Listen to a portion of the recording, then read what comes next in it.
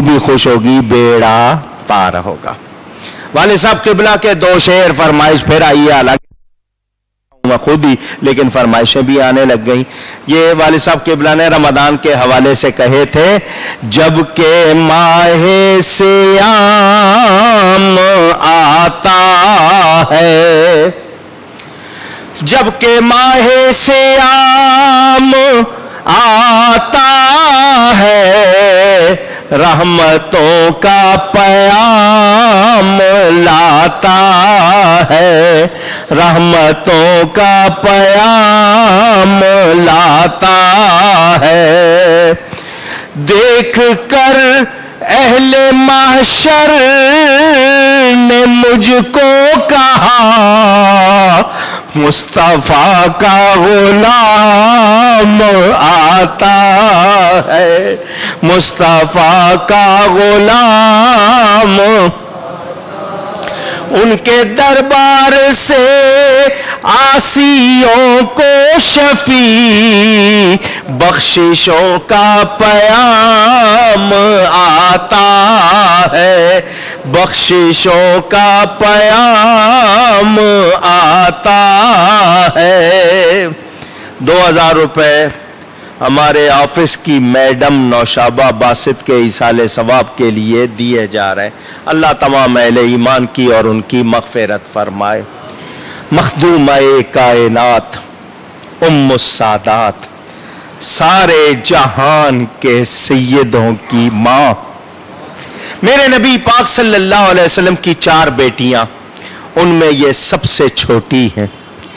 اعلان نبوت کے بعد پیدا ہوئی, باقی اعلان نبوت سے پہلے, یہ اعلان نبوت کے بعد. آنکھ کھولی تو نبی کی آغوش میں, جہاں وحی کا سلسلہ جاری. ان کی ماں جنت کی عورتوں کی سردار خواتین میں سے ایک. حضور نے فرمایا کائنات میں 2 بہترین عورتیں, ایک مریم اور دوسری خدیجہ. حضرت خدیجہ رضی اللہ تعالی عنہ, وہ ان کی والدہ, چھوٹی عمر تھی, والدہ وصال فرما گئی. حضور صلی اللہ علیہ وسلم ان سے بہت پیار کرتے تھے, یہاں تک فرمایا یہ میرے جگر کا ٹکڑا, جس نے اس کو ناراض کیا اس نے مجھ کو ناراض کیا. فرمایا اس کی رضا میں میری رضا, اس کی ناراضی میں میری ناراضی. پھر فرمایا اس کی رضا میں اللہ کی رضا, اس کی ناراضی میں اللہ کی ناراضی. حضور صلی اللہ علیہ وسلم کے بہت مشابہ تھی, کہتا نا چال ڈال نین نقش. حضور صلی اللہ علیہ وسلم سے بہت ملتے تھے, بہت محبت حضور فرماتے تھے. حضور اکرم صلی اللہ علیہ وسلم نے فرمایا اللہ نے فاطمہ کی سچی اولاد جو مومن ہے اس پہ جہنم کو حرام کر دیا. اس ماں کی نسبت, ان کی اولاد نبی کی اولاد کہلاتی ہے. ساری دنیا میں بیٹے سے اولاد کا سلسلہ, یہ ہمارے نبی پاک صلی اللہ علیہ وسلم کی خصوصیت ہے کہ ان کی اولاد کا سلسلہ ان کی بیٹی سے چلا, یہ ان کی اسپیشلٹی ہے. ان کے شہزادے حسنین کریمین, آگے حسنی حسینی سید. رمضان کا مہینہ تھا, سخت گرمی کا موسم. آپ کے ہاں جو گرمی ہے تو آپ گھبرا رہے ہیں, عرب میں گرمی کتنی, وہاں تو بہت زیادہ. حضور صلی اللہ علیہ وسلم نے اپنی خادمہ ام ایمن سے فرمایا برکت بی بی جاؤ, میری بیٹی نے روزہ رکھا ہوگا, بچے بھی ہیں, کام بھی ہوتے ہیں گھر کے کام کاج, گرمی کا موسم ہے, جاؤ ذرا اس کا ہاتھ بٹا دو. نبی نے کیوں بھیجا تھا ابھی پتا چل جائے گا.